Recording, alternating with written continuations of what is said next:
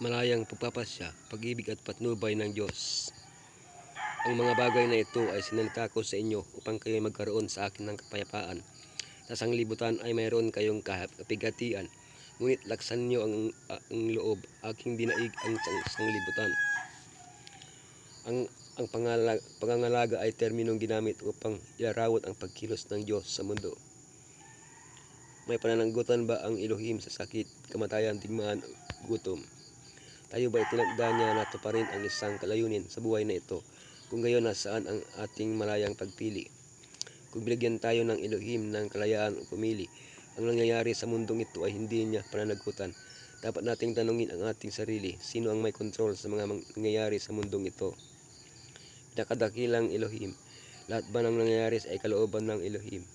Elohim na makapangyarihan sa lahat. May posible ba sa Elohim? Elohim ng kalayaan. May pananagutan ba ang Elohim sa ating mga gawa? Elohim ng pagtadhana.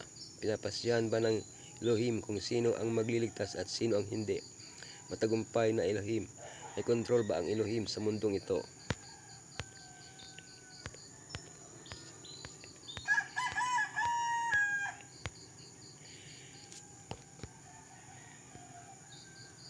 Pinakadakilang Elohim. Lahat ba ng nangyayari ay kalooban ng Elohim? At nagsasabi, O Panginoon, ikaw na gumawa ng langit at ng lupa at ng dagat at ang lahat ng lagasang mga yaon. Ang soberanya ay isang hari na nagsasagawa o nagtataglay ng pinakamataas at malayang otoridad. Ang mga soberanya ng mundong ito, gaya ng mga sinaunang absolutistang hari o dakilang diktador, ay nagpatupad ng kanilang kalooban sa loob ng kanilang teritoryo. Bilang malilikha, ang Elohim ang pinakamataas na tagapamahala ng mundong ito. Mula rito ay mahihinuha natin na ang lahat ng nangyayari sa mundong ito ay kalooban ng Elohim. Totoo ba ang konklusyong ito? Ang awit 81 ay nagpapakita sa atin ng isang kamanghamanghang bagay. Ang Elohim ay sabik na gawin ang kanyang kalooban sa mundong ito, ngunit ayaw natin. Nais ng Elohim na magkaroon tayo ng kapayapaan at kapahingahan, ngunit pumipili tayo ng ibang mga landas. Mahal na mahal niya ang tayo, kaya gusto niya tayong ingatan mula sa lahat ng kasamaan. Ngunit ginagalang niya ang ating kalayaang tumanggi. Elohim na makapangyarihan sa lahat. May imposible ba sa Elohim? Sapagkat walang salitang mula sa Elohim na di may kapangyarihan. Ang Elohim ay makapangyarihan sa lahat. Ibig sabihin ay magagawa niya ang anumang naisin niya. Magagawa niya ang higit pa sa natural na batas ng kalikasan, tulad ng paghahati ng dagat, pagtigil ng araw, pagpapakain sa libu-libong tao ng kaunting tinapay. Magagawa ng Elohim ang lahat, hindi kasama ang mga halatang kabalintunaan, tulad ng paglikha ng isang bato na napakabigat na siya mismo ay hindi makakagalaw nito. Ngunit ito na nagpapahiwatig na ginagawa niya ang lahat ng kaya niyang gawin.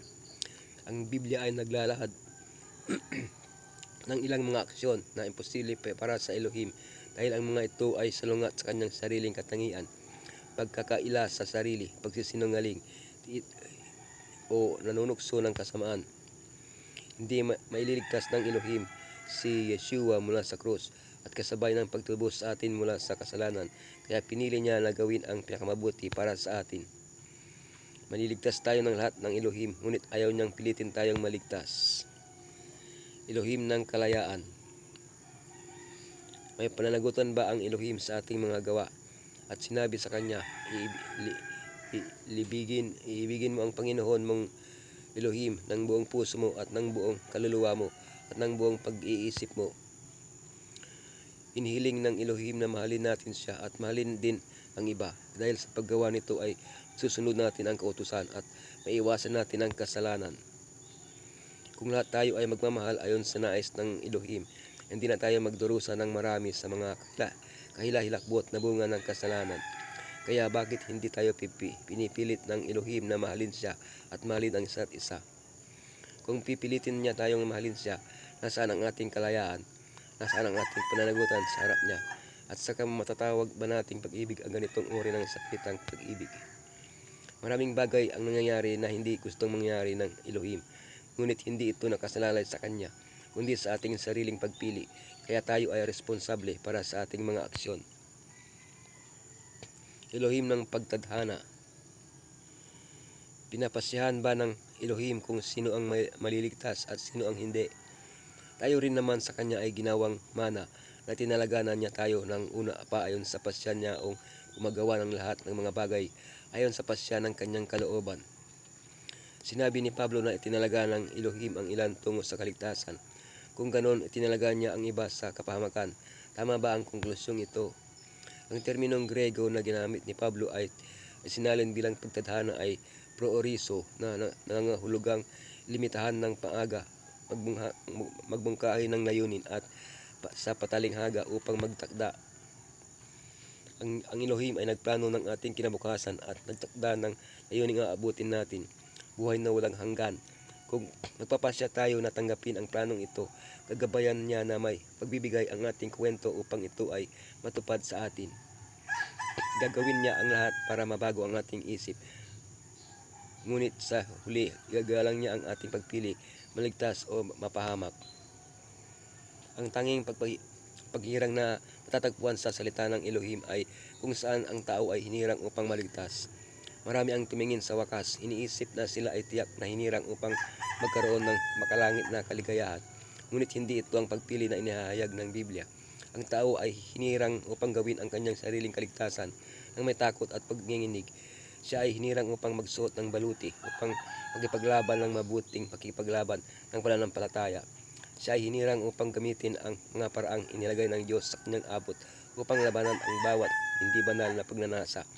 Habang si Satanas ay naglalaro ng buhay para sa kanyang kaluluwa, siya ay hinirang upang magbantay na manalangin, upang saliksikin ang mga kasulatan, at upang iwasan ang pagpasok sa tukso.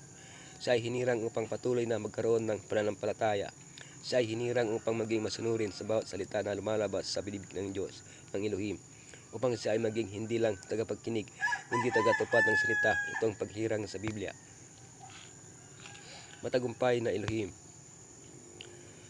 May kontrol ba ang Elohim sa mundong ito? Ang mga bagay na ito ay sinalita ko sa inyo upang kayo'y magkaroon sa akin ng kapayapaan.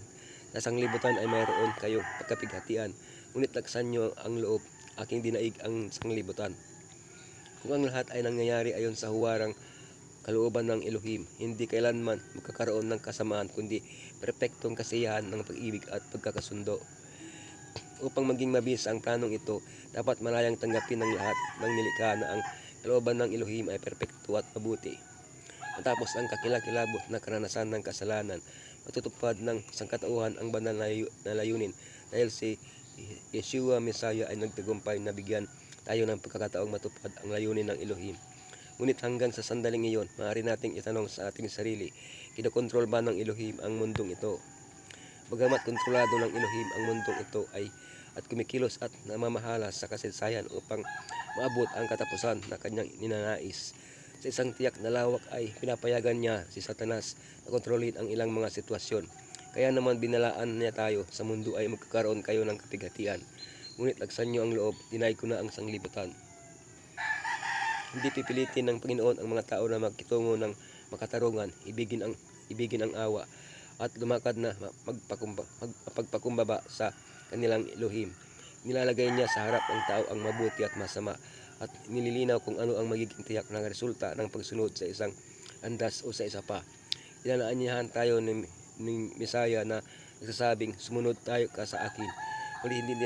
Ngunit hindi tayo pinipilit na lumakad sa kanyang mga yapak. Kung tayo ay lalakad sa kanyang mga yapak, ito ay bunga ng kusang pagpili.